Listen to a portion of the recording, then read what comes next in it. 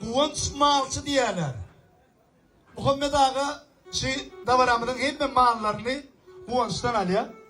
Onun yankı mallar alma varını da kuvunçta tiyada atsa var iken 10 tane koyun aldın bir rep aydım soğuğu da diyor. Kuvunç ne ladı? Hoş gördük.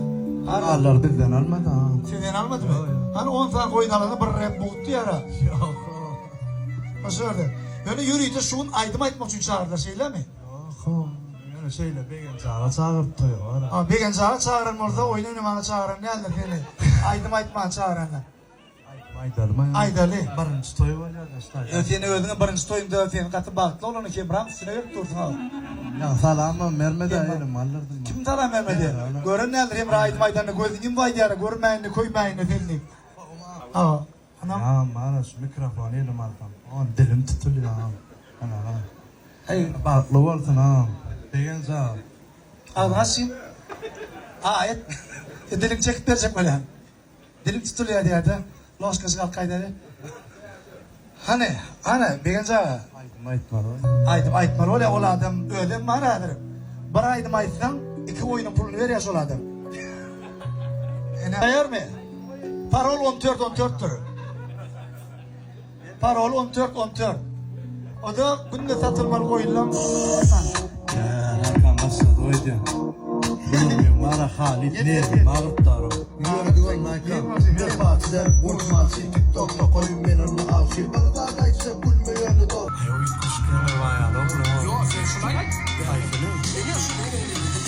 Kendine boş Başka Bırakı vurur Daşlar Derdinde derdim Başlar Gelecek var fikrini taşlar Konuşmazsın. Bu inimiz çoluğun mu ya? Senden malsı dik diyem. Şahir o ne?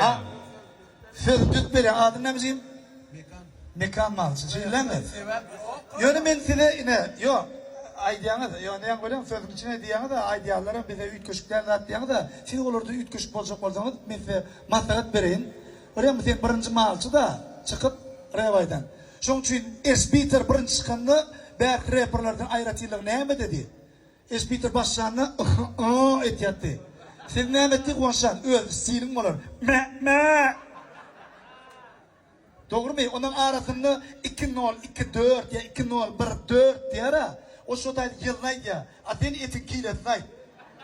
18 manat. Ne masalat? Yönet görüyor musun? TikTok'ta şu attın anay. Dün ha? Allah beni uğrattın ha. Allah azim benim üstüme yüklemedi o. Diyen öyle uğrattın ha böyle. Ya buralar Arman'ın yaşı ne oluyor? O da gün mümkün birine çıkartan var ha. Celil'in şehrini iyi alıp götürüyor be. Hala diyorsun. Şimdi dal ne işi kariyerada itaat maksadınız? Bağışçılığı geç gitmek mi? Bağışçılık diye aytmayın lan. Ya bizni söylemeye turnuva mı diye. Ava. Şu toyu gördük de ne el var ya görür de. Ne el oluyor yani? Ne bir gün sana radiye diyem, hadaplaşayım, orada devam edecek diye de. Ava, şimdi adamlar sizden sonra aynı işle olurlar. Yatakta olsa olmuyor ya, sahnada olsa olmuyor.